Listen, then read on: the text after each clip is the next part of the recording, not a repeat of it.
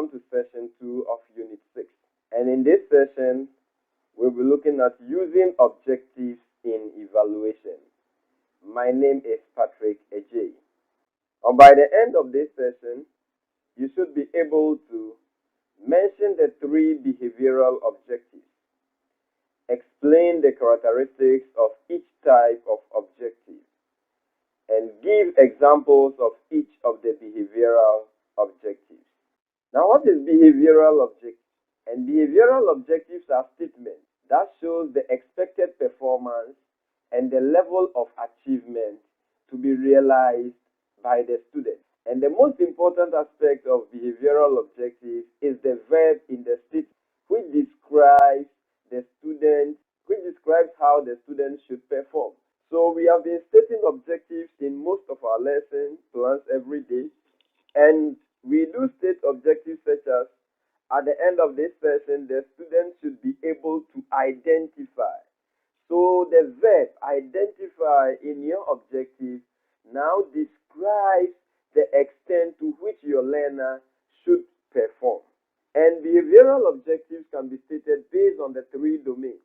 And these 3 domains are the cognitive, psychomotor, and affective. Now let us look at stating behavioral objectives in terms of the cognitive domain. And we know that behavioral objectives can be stated in terms of this domain.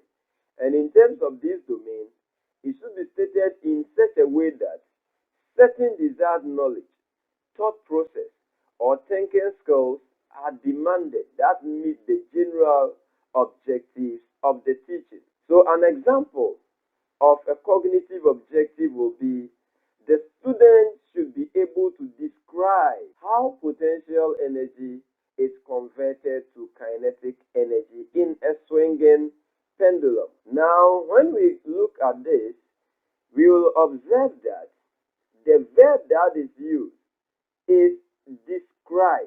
The verb describe. So at the end of the lesson, the student should be able to give that description. And once the learner is able to describe, then we can say that learning has taken place. So we will use the verb describe, or it will inform you, the teacher, to what to expect your students, what your learners should be able to do.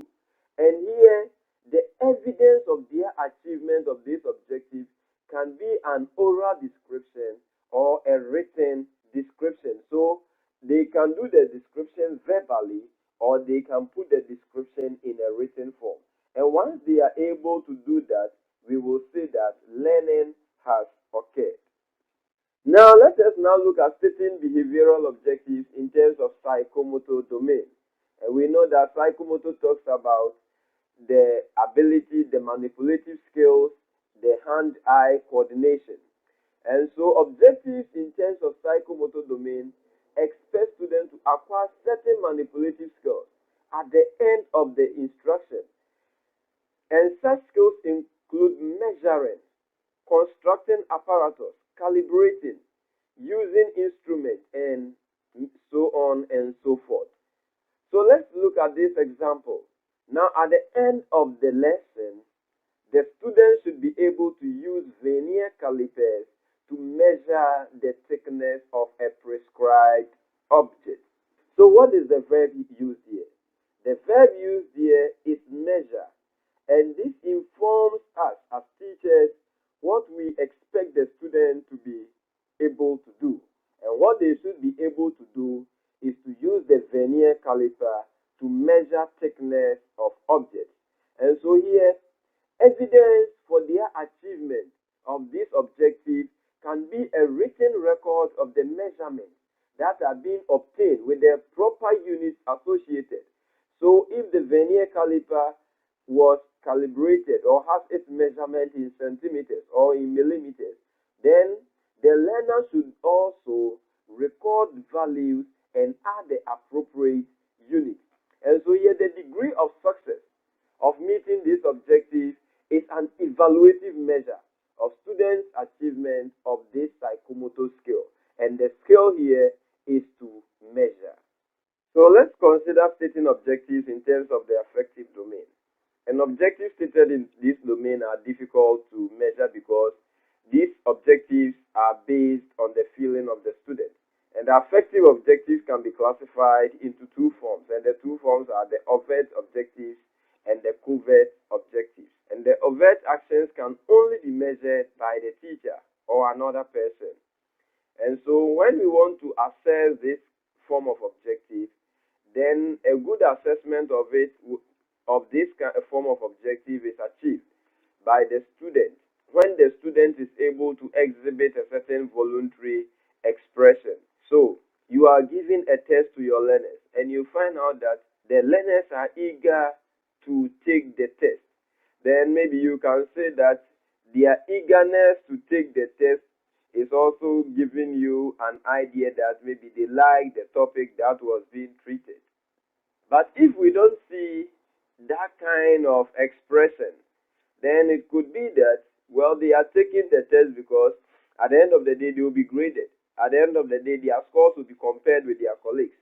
And so they have to take the test in order to maybe get good grades or good marks in the test.